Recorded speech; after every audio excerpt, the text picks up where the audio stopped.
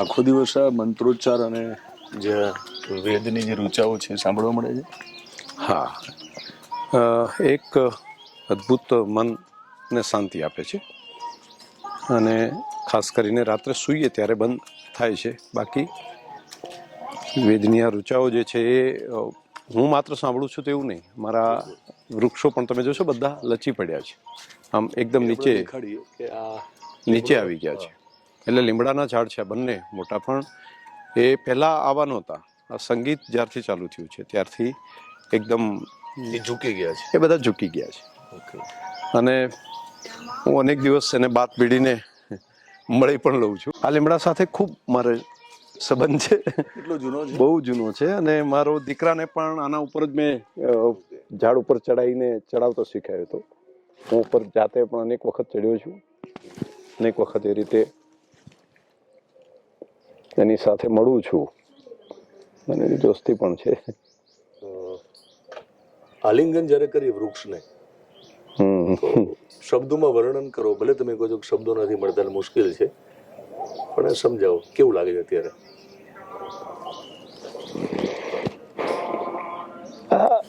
એક દિવ્ય આત્માઓ છે જે કદાચ વૃક્ષ સ્વરૂપે છે,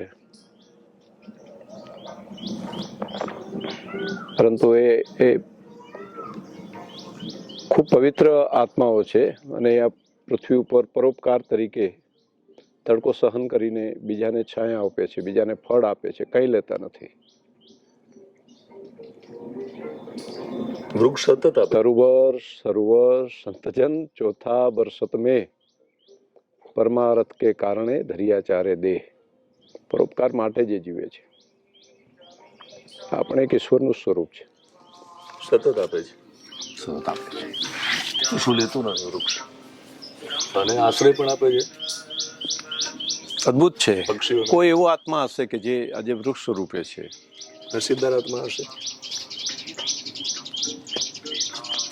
હા, પવિત્ર આત્મા હશે જેને મને સાનિધ્ય મળ્યું છે એ વૃક્ષોનું. હું નસીબદાર છું એવું માનું છું કે એમનો. અને ખાસ કરીને કોરોનાનો સમય હતો ને ત્યારે આ ઝાડો નીચે હું આખો એ કોરોનાનો ટાઈમ કાઢ્યો હતો. અને વૃક્ષો શું શીખવાડે છે જીવનમાં? માત્ર પોતાના માટે કંઈ જોતું નથી, બધું આપી દે છે. અને હું આનો બસ એક ભાગ છું, એ ભાગ તરીકે જ રહે છે. જીવન જીવે છે ત્યાં સુધી છાંયો આપશે, બીજાના અવગુણો પોતે ધરીને, બીજાનું ઝેર પોતાની અંદર સમાવીને, એટલે કાર્બન ડાયોક્સાઇડ પોતાની અંદર સંગ્રહીને બીજાને ઓક્સિજન આપવાનું. અને એ આપ્યા પછી પણ થેન્ક યુ કહેવાની કોઈ અપેક્ષા નહીં રાખવાની. કોઈ મને થેન્ક યુ બોલે એટલે મનથી પણ. અને સતા આવીને કોઈ પથ્થર ફેંકે તો પણ ફળ આપવાના. એ કોઈ એને નુકસાન કરે તો પણ એના ઉપર એ ભાવ નહીં રાખવાનો. અને એટલું જ નહીં, એના મૃત્યુ પછી પણ એના લાકડા એ સ્મશાન સુધી પહોંચાડવાની વ્યવસ્થા કરે કે ના કંઈ વાંધો નહીં. એટલે ત્યાગ ત્યાગ ત્યાગ. અને આ આપણે માનવ અહીંયા છીએ તો આવા કેટલા બધા ત્યાગના કારણે આપણે અહીંયા આપણા વંશો હજુ પણ ચાલશે ને આપણા પૂર્વજો પણ ચાલ્યા છે. તો આ એક આખી ત્યાગની પરંપરાઓ છે. એમ દધીચી ઋષિની આપણે વાત કરીએ છીએ ને કે એમણે પોતે સૃષ્ટિ માટે પોતાના હાડકાનું પણ ત્યાગ કરી દીધો, એટલે હાડકા પણ આપી દીધા. તો એ આ ઋષિ પરંપરા વૃક્ષોમાં પણ છે, એ પણ આ જ કરે છે. તો શંકરભાઈ, આ જીવન પર્યંત તમે હાડકાનું ખાતર કરીને પણ સેવા કરવા માંગુ છો, કેવું કહેવા માંગુ છો? હા, મને સેવા કરું છું એવું નહીં, હું મારું કર્તવ્ય બજાવું છું. હું કોઈની સેવા કરું છું એવું નહીં. મારા માટે કેટલા લોકોએ સેવા કરી છે. હું અહીંયા છું તો મારા મા બાપથી કરી, સમાજ જીવનના કેટલા બધા લોકો, કેટલા બધા મિત્રો, એ બધાના ઉપકારના કારણે હું કંઈ કરી શક્યો છું. એકલો કોઈ કંઈ ન કરી શકું તો હજારો લાખો લોકો હશે કે જેને મારા માટે ઘણું બધું પેલું કરેલું હશે ને, જે એના કારણે આપણે કરી શકીએ છીએ. આમ તો રાજકારણની કોઈ જ વાતો નથી કરવાની, આજ તો મારે એ શંકરભાઈને મળવું છે. મિત્રો, આ લીમડામાંથી સુગંધ આવે છે જે અમે અનુભવીએ છીએ, કેમેરામાં નહીં. આ ચૈત્ર મહિનો આવ્યો છે અને કોર જો ખવાય ને તો થોડો, બહુ વધારે નહીં. હું રોજ અહીંયા આવું છું ત્યારે થોડો આનો જે કોર છે ચાલતા પણ એને મોંમાં મૂકીએ છીએ. કડવાશ ખૂબ હશે પણ એને હાથ ટચ કરી એની પરમિશન લઈને પછી ખાવાનું, એમને ઈચ્છા પ્રમાણે નહીં તોડી દેવાનું. સોરી. એને મનથી પણ કહેવાનું તું મને એ વનસ્પતિ તું મને દિવ્યતા આપ, એ મનનો ભાવ રાખવાનો. અને પૂછીને આ ખાલી મિનરલ્સ, પ્રોટીન, વિટામિન્સ એટલું જ નથી, બિલકુલ તેનાથી ઉપર એક ભાવ છે જેને આપણે જોઈ નથી શકતા, ઓળખી નથી શકતા અથવા તો સમજી નથી શક્યા. તે એના બ્લેસિંગ તરીકે જ્યારે આપે છે તો તે આપણી ઉર્જા બને છે. આભાર તમારો અમારા મહેમાન બન્યા આજે દિનેશભાઈ. હું થેન્ક યુ તમને એટલા માટે કહીશ કે આખી દુનિયા જ્યારે રખડીએ ત્યારે અલગ અલગ વિષયોની રજૂઆત માટે અનેક લોકોને મળવાનું થતું હોય છે, પણ ક્યાંક શાંતિ જે મળે છે એ ખેતરમાં મળે છે. હું પોતે ખેડૂતનો દીકરો છું એટલે મને શાંતિ મળી છે. બીજું મને ખેતી કરવી જોઈએ એવું પણ મને શીખવા મળ્યું છે. હું પણ ખેતી કરવાનો છું, હવે હું કરીશ. થોડી અઘરી તો છે પણ જો અંદરથી પેશન હોય તો ખૂબ સુખ મળશે અને અંદરથી જે સંતોષ મળે ને હેપીનેસ એ કૃષિમાં જ મળશે. ખાલી પૈસા ગણવાનો જો મામલો હશે તો નહીં મળે, તો બાકીના બિઝનેસની અંદર કદાચ વધારે પૈસા કમાઈ શકાશે, પણ અહીંયા ખુશીઓ જે છે એ તો એ સુખની વ્યાખ્યા છે, અહીંયા વધારે મળશે. લીમડાને તમે ભેટો છો ને તમને જે હમણાં સુખ મળ્યું હતું શરૂઆતમાં વિડીયોમાં આપણે જોયું છે, હવે જમીને આપણા વડીલો આ રીતે જ લીમડા નીચે બેસતા, આજે છાંયડો મળે છે, એ કેટલી શાંતિ મનને આપે છે. મારો જે વ્યક્તિગત અનુભવ છે એ જે મને શાંતિ અને ઉર્જા બેની હું ભેદરેખાને અલગ નથી કરી શકતો. હું થાકીને આવ્યો હોય જ્યારે બહારથી તો મને ક્યાં ક્યાં મળે છે ઉર્જા, તો એક ઝાડ નીચે ખુલ્લામાં બેસું છું તો મને નવી ઉર્જા મળે છે, મારો થાક જતો રહે છે. હું ખુલ્લા પગે જમીન ઉપર ચાલું છું તો મને ઉર્જા મળે છે. અને શિયાળાની અંદર તાપણું હોય એને હાથ આમ રાખું છું તો થોડી વારમાં મને એકદમ ઉર્જા મળે છે. સૂર્ય સાથે સૂર્યપ્રકાશમાં બેસું છું, અંદર બફારો થયો હોય કોઈ, સૂર્યપ્રકાશ સાથે હળવા તડકામાં બેસીએ તો પણ ઉર્જા મળે છે. એટલે સુખ અને ઉર્જા બંને મને લાગે છે કે આની અંદરથી મળતા હશે. અને આ તો એક ઘણી વખત અહીં બેઠા બેઠા પંખીઓનો અવાજ સાંભળતા પત્તા એકબીજાને ટકરાઈને એમાંથી જે ધ્વનિ આવે છે ને એ નાદ કંઈક અલગ હોય છે. આ પંખીઓ જે બોલે છે તો એ બધામાં અલગ અલગ નાદ છે અને બધા અલગ અલગ વાતો કરે છે. અહીંયા હમણાં તમે અત્યારે જે છે એ સુખનું સંગીત છે એને, પણ કોઈ બાજ આવશે અથવા કોઈ બિલાડી કે એવું આવશે તો એકદમ એની અલગ અવાજ જ આવશે, તો એ એનો ભયવાળો અવાજ હશે. તો આ બધી ઘટનાઓ હવે અહીં બેઠા હોય છે તો ધ્યાન ઉપર આવે છે કે અહીંયા આ ઘટના થઈ ગઈ એમ. કોઈ પણ જગ્યાએ પંખી બોલે છે તો અત્યારે આ જે પંખી બોલે છે તે એ આનંદથી છે, ખુશ છે, એને જમી લીધું હોય ને એ ટાઈપનું છે. તમે જેમ જમી લીધા છો એ તો એ ખુશ થઈને બોલે છે, પણ એને ભય લાગશે તો એકદમ એનો કિકિયારી સાથેનો અવાજ હશે. તો એ બધું અનુભવી શકાય છે, એની સાંભળી શકાય, સમજી શકાય એવી બાબતો છે. લીમડો ઘણું બધું આપણને આપે છે, હમણાં જ કીધું છે. તો લીમડા જોડે બેસીએ ત્યારે એવું લાગે કે બાપ જોડે બેઠા છે, એ ફિલિંગ આવે? હું એક કમ્પેરિઝન કરી રહ્યો છું. લીમડો, વડ, પીંપળ આ બધા ખૂબ પુરાણા વૃક્ષો છે. એણે ઘણા બધા તડકા છાંયડા જોયા છે, એણે ઘણા બધી ખુશીઓના પ્રસંગો જોયા છે, ઘણી બધી વેદનાઓ પણ જોઈ છે. કોઈ ગામના ચોરે કોઈ વડલો હશે તો એણે કેટલીય બધી દીકરીઓની વળામણા કરતા જોયું છે, કેટલીય વહુવારુને ગામમાં આવતા જોયું છે, એ ગામના કેટલાક ઝઘડા પણ જોયા હશે અને કેટલાક ગામને એક થઈને એની નીચે બેસીને ગામે એક થયેલા કરેલા નિર્ણયો પણ જોયા હશે. એણે કેટલાય દિવાળીઓ જોઈ હશે, કેટલા પ્રસંગો જોઈએ, એટલે કેટલી હોળી પણ જોઈ હશે. એટલે એની પાસે ખૂબ મોટું ભાથું છે. જો એ ભાથું નીચે બેસીને ખાલી સ્મરણ કરીએ તો પણ કંઈક ના કંઈક અંશે આપણી અંદર પણ સારા સારા પ્રસંગો અંદરથી જીવનની અંદર ઉતરી શકે. આપણે લીમડા નીચે બેઠા છીએ અને વૃક્ષ દાતા છે એની વાત કરીએ છીએ. આપણે અન્નદાતા તરીકે તમારે તમને મળવું છે, પણ વૃક્ષો પણ આપણને પાછો વરસાદ લાવીને આપે છે. એટલે તમે જે બે કામગીરી કરી રહ્યા છો, વૃક્ષો વાવવા અને તળાવ પણ ઊંડા કરવા, કે જે વૃક્ષોના કારણે આપણને પાણી મોકલ્યું ભગવાને એને સંગ્રહ કરવું, એના વિશે વાત કરશો. જો આ ઓક્સિજન કોઈ પણ ફેક્ટરીમાં નથી થતો. ઓક્સિજન આપવાનું કામ વૃક્ષો જ કરે છે. અને એ પૃથ્વી ઉપર અત્યાર સુધીમાં જે ઓક્સિજન નીકળ્યો છે, કાર્બન ડાયોક્સાઇડને શોષીને ઓક્સિજન આપવાનું કામ ઝાડ કરે છે. આપણી નવી જનરેશનો પણ જો આ પૃથ્વી ઉપર પ્રાણ લઈ શકે, જીવિત રહી શકે તેવું જો આપણે ઈચ્છતા હોઈએ તો આ ધરતી ઉપર જે વૃક્ષો કપાઈ રહ્યા છે, કપાઈ ગયા છે, એના બદલે વધારાના વાવવા જ પડે આપણે. અને એ આપણું કર્તવ્ય છે. આપણે આપણી સમયમાં કોઈક આવીને વાવશે નહીં, આપણો જેટલો આ પૃથ્વી ઉપર સમય છે એ દરમિયાન આપણે આ કામ કરતું જવું જોઈએ. એટલે અમે દર વર્ષે અહીંથી કરોડોની સંખ્યામાં સીડ બોલ બનાવીએ છીએ. સીડ બોલ એટલે માટીના અને છાણના ગોળા, અને ડેરી દ્વારા એની અંદર બીજ અમે આપીએ છીએ અલગ અલગ ઝાડના, જે પર્વતો ઉપર થાય છે તેવા વૃક્ષોના, અને એ બહેનો ગોળા બનાવે છે. અને કરોડોની સંખ્યામાં બનેલા એ સીડ બોલ એ અમે વરસાદ આવવાનો હોય તેના પહેલાં જઈને એ પર્વતો ઉપર નાખીએ છીએ, ખાસ કરીને અરવલ્લીની ગિરમાળાઓ ઉપર. અને તેના કારણે તમે અત્યારે જોશો તો અરવલ્લીની ગિરમાળાઓમાં ખૂબ મોટો બદલાવ આવ્યો છે. છેલ્લા 10 વર્ષમાં તમે જોશો તો પહેલાં હતા એના કરતાં અમારા પર્વતો અત્યારે સારા થઈ રહ્યા છે, હરિયાળા બની રહ્યા છે. તેવું જ બીજું કામ ખેતરના શેડે ઝાડ વાવતા લોકો થાય, ખાસ કરીને લીમડો, બાકીના વૃક્ષો, અહીંયા ફળાવ ઝાડ થઈ શકે.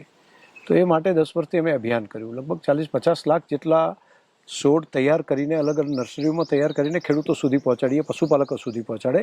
પોતા ઘરની આજુબાજુ, ખેતરના શેડે, શાળાની અંદર, સ્મશાનોની અંદર, મંદિરોની આજુબાજુમાં, ગામના ચોરે આ બધા લોકો વૃક્ષ વાવતા થાય, વૃક્ષનો મહિમા સમજાય. અને બનાસવાસીઓએ આ કામને એક જન આંદોલન તરીકે ઉપાડી લીધું છે. હવે અત્યારે તમે જોશો તો જ્યાં જશો, પહેલાં આજથી 10 વર્ષ પહેલાં બનાસની અંદર કેરી લાવવી હોય તો જુનાગઢથી જ લાવતા. હવે અત્યારે બનાસની અંદર આંબા અમે છેલ્લા 5-7 વર્ષમાં જે વાવેતર કર્યા તો અહીંયા બનાસમાં એને થઈ શકે, ખાઈ શકે એટલી કેરીઓ અહીંયા ઉત્પન્ન થવા માંડી. તો આ બહુ મોટો બદલાવ છે. જેને સૂકો પ્રદેશ કહેવાતો એ આંબાની કેરીઓ પકવતો અને ખાતો થઈ શક્યો. એટલા જ જાંબુ બહારથી અમે લાવવા, આજે જાંબુના ઝાડ પણ એટલા થઈ ગયા. ત્યારે દાડમ પણ ખૂબ થાય છે. તો અનેક ફળાવ ઝાડ છેલ્લા 10 વર્ષની અંદર એક મોટી ક્રાંતિ એ બનાસવાસીઓએ કરી છે. એટલે સ્વયંભૂ લોકોમાં જાગૃતતા આવી છે. ઘરની આજુબાજુ પણ બધા ઝાડ વાવવા માંડ્યા છે. એ ખાલી એકલું મકાનો એવું નહીં, એની આજુબાજુ ઝાડ જોઈએ. ખેતરના શેડે પણ લીમડા પહેલાં કાપી નાખતા હતા. અત્યારે ખેતરના શેડે તમે જોશો તો છેલ્લા 10 વર્ષની ઉંમરના કેટલાય કરોડોની સંખ્યામાં લીમડા તમને જોવા મળશે. તો એ બદલાવ બનાસની અંદર થયો છે. આ છેલ્લા 10 વર્ષનું ચાલેલું અમારું એક જન આંદોલન, જેને લોક શિક્ષણનું કામ, એનું પરિણામ ખૂબ મળ્યું છે. અને લોકોને હવે વૃક્ષ પોતાનું લાગવા મળ્યું છે. પહેલાં એવું કરતા હતા, વગર કારણે ચાલ્યા જતા, એ ધાર્યું હોય તો એ ઝાડને મારતા, શીદડાઓ કાઢી નાખે ખેડૂત, ખીજડા કાઢી નાખ. તો હવે એને લાગુ નહીં, આ જીવંત છે. કોઈ એને મારીએ છીએ તો કોઈ ઋષિને મારીએ છીએ, તેને મારીએ છીએ તો કોઈ આ રીતે એમાં એ નિર્જીવ નથી, જીવ છે. એ વાત બિલકુલ સમજાણી છે. અને અમે હવે એવું પણ ચાલુ કર્યું છે કે લીમડાની લીંબોળી હોય એ પણ ડેરી દ્વારા ખરીદવાનું ચાલુ કર્યું છે. તો એની આવક તરીકે પણ તેને એક વધારાનો ફાયદો થશે. તો એક સારું આ કામ થયું. બીજું તમે જે વાત કરી જળસંચયની, તો જળસંચયનો મેં એટલા માટે સવાલ કર્યો કે એક જે અભ્યાસ થયો એ પ્રમાણે આમ તો ભૂગર્ભ જળ તો બધે ઊંડા ગયા છે, પણ બનાસકાંઠામાં જો નહીં જાગીએ તો બહુ ચિંતાનો વિષય છે. તો એ જે પાણી ધરતીને આપવાનું છે નીચે પેટાળમાં, એના માટે શું કરીએ છીએ? અમારે દિનેશભાઈ, તમારી વાત સાચી છે. બનાસકાંઠાની અંદર કોઈ બારમાસી નદી નથી. એક બનાસ છે, જ્યારે વરસાદ આવે ત્યારે એનું પાણી આવે, બાકી એ 2-3-4 વર્ષે એકાદ વખત. બાકી બધો આધાર પશુ માટેનો, ખેતીનો આધાર એ ભૂગર્ભ જળ આધારિત છે. બીજો નર્મદાની કેનાલો જે આવી અને સુજલમ સુફલમ, મોદી સાહેબ મુખ્યમંત્રી બન્યા, આ કેનાલોની વ્યવસ્થા કરી, સુજલમ સુફલમની વ્યવસ્થા કરી. તો હવે તળાવ ભરવાનું જે કામ છે એ એનો આધાર છે. વરસાદ પણ પ્રમાણમાં ઓછો થાય છે. જે વરસાદ થાય છે ત્યારે ફ્લડ આવે ત્યારે પાણી બધું જતું રહે, દરિયામાં જતું રહે છે કે રણમાં જતું રહે છે. તો તળાવ ઊંડા કરવા, વરસાદી પાણીને જમીનમાં રોકવું અને જમીનમાં ઉતારવું, આ બંને આવતી પેઢીઓ માટે ખૂબ જરૂરી છે. બહારથી તો પાણી લાવીએ, નાખીએ, નર્મદાનું પાણી પણ નાખીએ, પરંતુ ધરતીનું પાણી જે વરસાદનું આવે છે એને જવા ના દેવાય, એને સંગ્રહી રાખવું પડે. એટલે ગયા વખતે અમે નાના સોસકુવા બનાવવાનું કામ જે કર્યું એ લગભગ 30,000 જેટલા સોસકુવા અને લગભગ 300થી વધારે મોટા તલાવ, ચેકડેમો, આડબંધો એ ચાલુ કર્યા. આ વર્ષે પણ અમે આ સંખ્યાને ખૂબ મોટા પ્રમાણમાં કામને, હવે વરસાદના જૂના જે બોર બનેલા છે એને પણ એની અંદર પાણી ઉતારવું ને ધરતી માતાનું પાણી જેટલું લઈ લીધું છે. તો 10-20 વર્ષ સુધી એક અભિયાન ચલાવીને આ પાણીને સતત આપતા રહીએ તો આવનારી પેઢીઓ માટે પણ ધરતીની અંદર પાણી રહે. વોટર લેવલ બિલકુલ ખાસ થઈ ગયું છે. 800 ફૂટ સુધીથી પાણી જે હતું બધું ખેંચી લીધું છે. હવે જો એને પરત આપશું નહીં તો પછી નવી પેઢીઓ ક્યાંથી રહેશે? તો એ માટે કરીને અમે એક જળ અભિયાન માસ સ્કેલ ઉપર ચાલુ કર્યું છે, ડેરી દ્વારા લોકોને જોડીને. અને મને આનંદ થાય છે કે એની અંદર અહીંના લોકો, ગામ લોકો ભેગા થઈને લાખો રૂપિયા પોતે પણ ખર્ચી રહ્યા છે, આપી રહ્યા છે, પોતાનું યોગદાન આપી પોતાનું યોગદાન આપી રહ્યા છે કે નહીં આપણે આપણું કામ કરવું જોઈએ. આ હવે પ્રજામાં પકડાઈ છે વાત કે પાણી બચાવવું પડશે તો જ આપણે બચી શકશું. અને આ વૃક્ષ વાવવાનું કામ ને બંને એકબીજાનું પૂરક છે. વૃક્ષ વધારે વાવો તો અહીંથી અરવલ્લીની ગિરમાળા ઉપર થઈને જતા વાદળો એ ત્યાં ઝાડ હશે તો ત્યાં વરસશે, એ પાણી બનાસની ધરતી ઉપર આવશે અને એ પાણીને જમીનમાં ઉતારવાનું કામ પણ કરી શકાશે. તો વૃક્ષ અને જળ સંચયનું કામ બંનેને પેરેલલ એક સાથે લીધું છે. આ કામગીરીથી કેટલો સંતોષ વ્યક્તિગત અરે બહુ આનંદ આવે છે. હું માત્ર મને જ નહીં દિનેશભાઈ, હું તમે સીડબોલ નાખવાના કાર્યક્રમમાં એકાદ વખત તમે આવો, હજારોની સંખ્યાની અંદર લોકો પર્વતો ઉપર બધા ચડે છે હાથમાં સીડબોલ લઈને, પોતાના ખર્ચે, પોતાની મહેનતે, પોતાના ભાડાથી એક દિવસ હું પ્રકૃતિના ખોળામાં, અને એક બે નહીં હજારોમાં. હવે તો સ્કૂલના બાળકો, કોલેજોના વિદ્યાર્થીઓ, અલગ અલગ જ્ઞાતિ સમૂહો, બધા લોકો પર્વતો ઉપર પહોંચીને સીડબોલ વાવવાનું કામ એક અભિયાન તરીકે દર વર્ષે ચોમાસું આવે એ પહેલાં કરે છે. આ વર્ષે પણ તમે આવજો, અમે કાર્યક્રમ કરશું ત્યારે. અને એનો સંતોષ જે હશે ને એ અલગ જ થશે કે આ પણ એક આપણું કામ છે, આપણું કર્તવ્ય છે. આ પર્વતો એ આપણા છે અને પર્વતોને હરિયાળા કરવો એ પણ આપણી જવાબદારી છે. આપણે કમસે કમ કરીએ, નવી પેઢીઓ માટે આપણે કરતા જઈએ. એને જીવવા માટે ઓક્સિજન, તેને જીવવા માટે પાણી એ ખૂટી ન પડે. આપણે જ્યારે પૃથ્વી ઉપર ના હોઈએ પછી પણ આપણી આવનારી નસલો છે એ નાશ ના પામે. કોઈ પ્રાણી, પંખી, મનુષ્ય એને પાણીના કારણે કે હવાને કારણે, ઓક્સિજનના કારણે નેસ્ત નાબૂદ ન થાય. એ આપણી હયાતીમાં આપણે જ કંઈક કરવું પડે. એ ક્યાંય છે ને લખીને તમને નથી આપવામાં આવતું, જાહેર જીવનના વ્યક્તિ તરીકે, ડેરીના ચેરમેન તરીકે. પણ વિચાર કેવી રીતે આવ્યો? કારણ કે અરવલ્લી વાળો જે વિચાર છે એ બહુ મોટો છે કે એ જે ત્યાં આખું થશે અને ભવિષ્યની જે પેઢીનો જે ખતરો છે એમાંથી જ્યારે રક્ષણ મળશે આ વિસ્તારને, આ વિચાર કેવી રીતે આવેલો?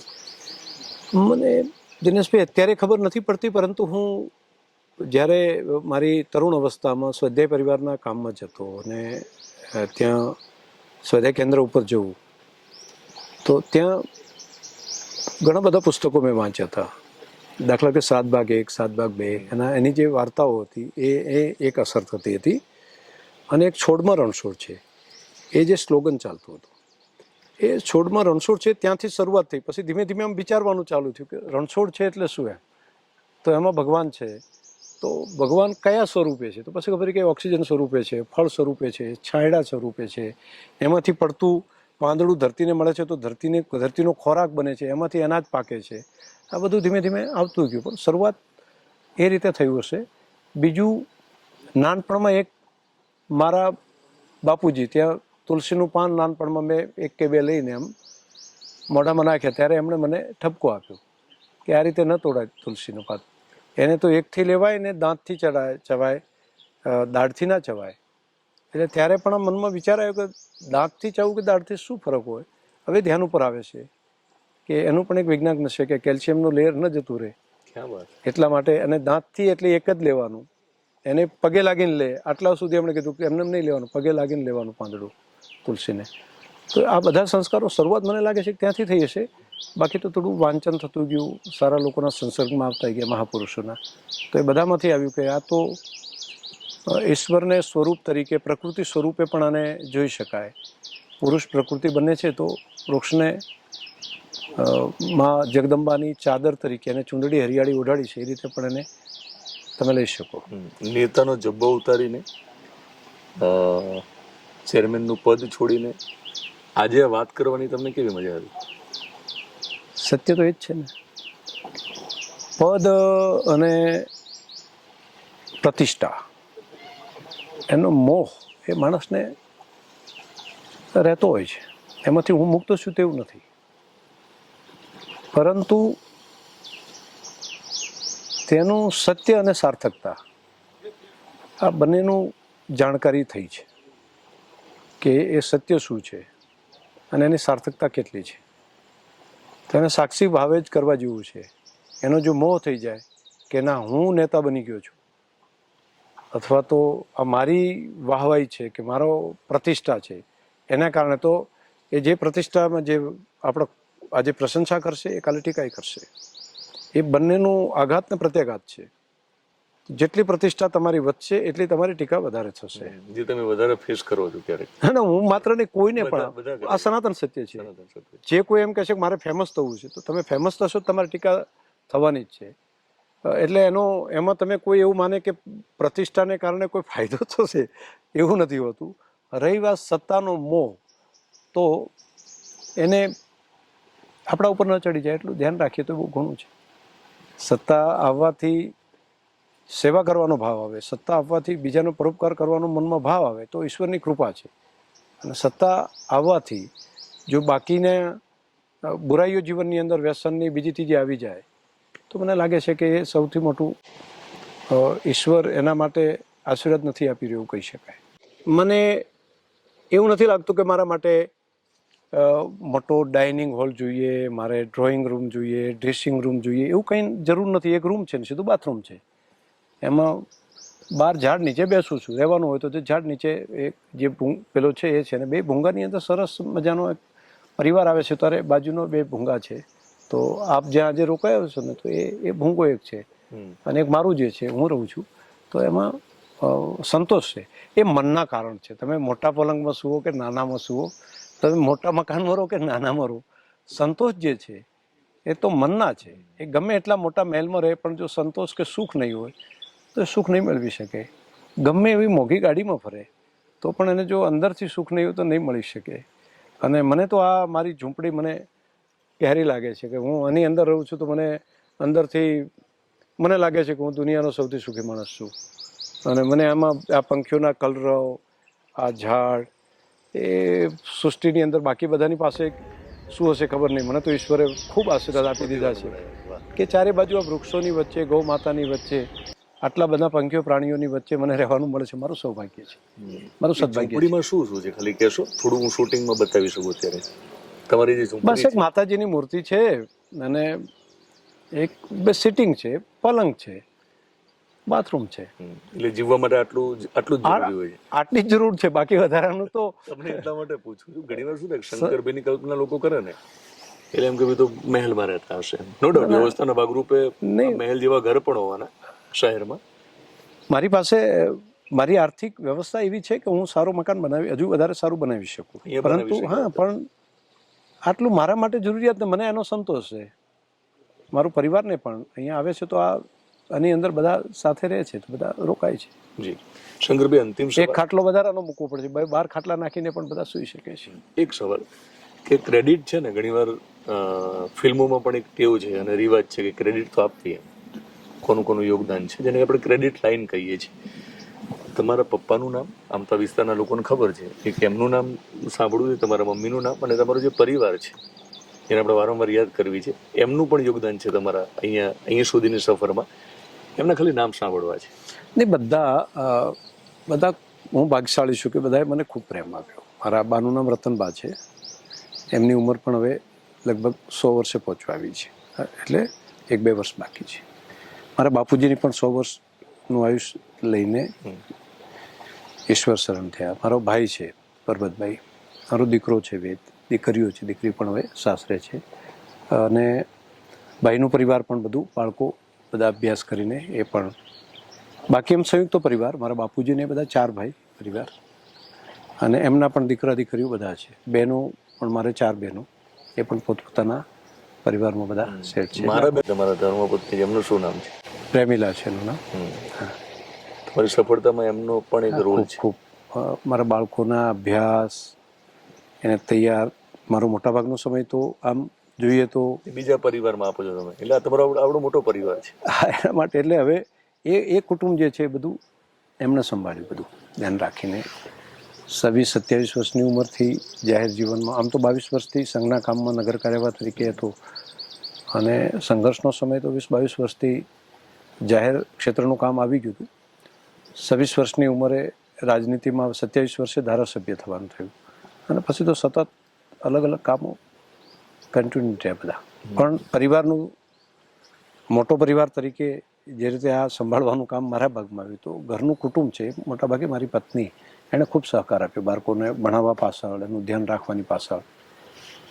અને સંયુક્ત પરિવાર છે એટલે અમારે ભાઈઓ બહેનો બધાને એકબીજાના સુખ દુઃખમાં એકદમ બધા એ અલગ કોઈનું ના હોય, દરેકનો પ્રસંગ હોય, દરેકનું કંઈ હોય મુશ્કેલી કમસે કમ સારા પ્રસંગે પહોંચાય કે ઓછું પહોંચાય પણ કંઈ પણ એકબીજાની મુશ્કેલી હોય તો એમાં બધા એક ભાઈઓનું હોય, બાપાના દીકરા હોય, બહેનોનું હોય, ભાઈઓ હોય, એ બધા એ ઈશ્વરની ખૂબ કૃપા છે કે બધું એક છે પરિવાર. મિત્રો, શંકરભાઈને બીજી વાર મળીશ ત્યારે શંકરભાઈ જાહેર જીવનમાં આવ્યા કે પહેલાનું આખું જીવન વાગોડીશું એ બાકી છે. વિડીયો લાંબો ન થાય એના માટે રાખીને બહુ ડિટેલિંગમાં આપણે ઇન્ટરવ્યૂ કરીશું અને શક્ય હોય તો એમના એટલે ટૂંકમાં વડીલોનું જે ગામ છે ત્યાં પણ જઈ શકાય અને ત્યાંથી વાત શરૂ કરી શકાય. ત્યારે તમારા એ જીવનમાં ડોક્યુ કરીશ જ્યારે શંકરભાઈ માત્ર શંકર હતા એ વાત કરીશ. આજે ગામ માટે મારા મા બાપ માટે તો શંકર જ. હા, પણ લોકો એટલે શંકરભાઈ એટલે કોણ? તો કે ભાઈ તમે ત્યારે અધ્યક્ષ પણ છો, ડેરીના ચેરમેન પણ છો, પણ તમારા મા બાપના જે શંકર છે ને એ શંકર ભાઈને મારે મળવું છે. એ વાત સાચી છે. અત્યારે તો બાપુજી નીકળી ગયા એક શંકર કહેતા ને હવે એક બા છે કે જે એમ કે શંકર એવું. બાકી તો બધા એ ગામમાં જે મિત્રો છે પણ હવે તો હું આશા રાખીએ કેવું કે પણ મિત્રો પણ હવે અલગથી બોલાવે આપણને માનથી કે પેલું નામ સાથે. એ કાનને પણ સાંભળવું ગમતું હોય ને ક્યારેક કે કોક શંકર કે જે પોતાનું હોય ને, સિલેક્ટેડ લોકો છે. પોતાનું એટલે પોતાના જે બાળપણના હોય જે આપણે ખૂબ પ્રેમ કરતા હોય તો એ બા સિવાય હવે કોઈ નથી. કાકા જે હતા એ મારા અંકલ જે હતા એ પણ એક બાપુજીના મોટા ભાઈ હતા એ પણ નથી. એટલે હવે તો બા એક છે. એટલે કોઈ એક છે જે શંકર કે ત્યારે તમને મજા આવે છે કે ભાઈ કોકે તો શંકર કીધું. હવે બધામાં એવું લાગે છે કે શંકર ભાઈ કેવું પડશે કારણ કે એ જૂના મિત્રોને એવું લાગે છે કે તમે બહુ મોટા થઈ ગયા છો. હા, એ બધાને એવું લાગે. એટલે એ બધા તમને અને મન પણ આમ બન્યું હોય એમ કે ધીમે ધીમે એ આત્મીયતા અલગ રીતે લોકો પણ મિત્રો પણ અલગ રીતે જ જોતા હોય છે ને એને પણ એવું થાય કે આવું કહેવાય કે આવું કેવું લાગશે અથવા તો કેવું આત્મીયતા. તો મિત્રોને શું કહેશો આજે મોકો મળ્યો છે એવું માની બહુ નાના મિત્રો તમે જૂના એ જ મિત્રો છો એમના માટેના? હા, બહુ નાના આમ અત્યારે કઈ બહુ લોકો મોટા પેલા નહીં પણ જે હતા નાના હતા ને એ રહેતા હતા એ જ ભાવ.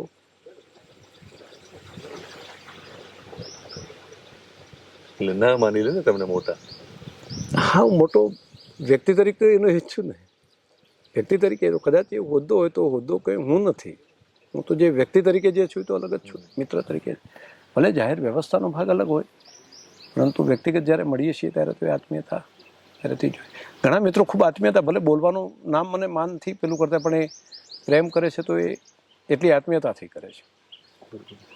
એ ભલે કોઈ ખેતીનું કામ કરતા હશે, કોઈ પશુપાલનનું કામ કરતા હશે, નાના મોટી નોકરી ધંધામાં હશે તો બધા મારા જે બાળપણના મિત્રો હતા, મારા જે અભ્યાસના મિત્રો હતા, જે ગામડાના મિત્ર હતા એ જ્યારે પણ મળે છે ત્યારે એટલા જ પ્રેમ ભાવથી મળે છે બધા. શંકરભાઈ, એક સવાલ.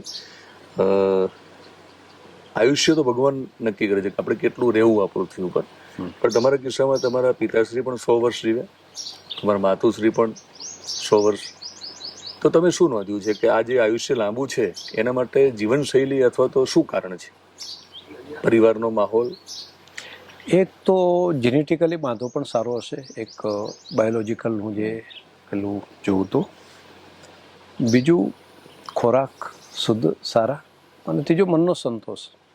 કોઈ મોટી અપેક્ષાઓ કે મોટું પેલું બસ એક નક્કી કરેલી દુનિયા અને દુનિયાની અંદર ખૂબ સંતોષથી જીવન. જે અસંતોષ અથવા તો ન પામ્યાનું અસંતોષ એવું કંઈ નહીં. જે મળ્યું ખૂબ સરસ એમ આપણે સૌથી સુખી છીએ ભાવ મને જે ફીલ થયું હોય. આ ત્રણેય કારણો હશે કદાચ. ભજન પણ બાથું છે, મનનો ખોરાક છે. ભજનમાંથી મોટિવેશન મળે છે? હા, બિલકુલ. ઘણી વખત એની અંદરથી ભજનો બધા સમજવા જ જેવા હોય છે. દાખલા કે પાનબાઈનું ભજન હોય કે વીજળીના ચમકારે પાનબાઈ મોતીડા પરોવો પછી અચાનક અંધારા થશે. તો કીધું કે આ જીવન જેટલું મળ્યું છે એની અંદર તમારે જેટલા સત્કર્મો કરવા એટલા કરી લો. પછી એ જીવન ખતમ થવાનું છે. અને સનાતન સત્ય છે, કોઈ પણ અમર નથી. અને એ કેવું છે તો વીજળીના ચમકારા જેવું જ છે. તો એને તમારે વેડફી નાખવું અથવા તો વિવાદોની અંદર તમારે પૂરું કરી નાખવું, કે પછી આ જીવનને જીવીને સાર્થક કરવું. તો આવું તો ઘણું બધું એક એક બાબત જે હશે ને તો એની અંદર બહુ આમ સહજતા અને સરળતાથી જ બધાને આપી દીધું છે. મિત્રો, શંકરભાઈને મળવાનો પ્રયત્ન કર્યો ને એમને એક જુદી દુનિયામાં ડોક્યુ કરવાનો પ્રયત્ન કર્યો છે. વૃક્ષોના દીકરા એટલે કે વૃક્ષો જેના માટે બાપ છે અને ધરતી જેના માટે માં છે, એવા એક દીકરાને મળ્યા અને એ શંકરભાઈનું મળ્યો છું. બીજા વિડીયોમાં આપણે મળીશું ત્યારે આપણે ખેતરમાં વાતો કરવાના છીએ અને ગાય માતા સાથે પણ વાતો કરવાના છીએ.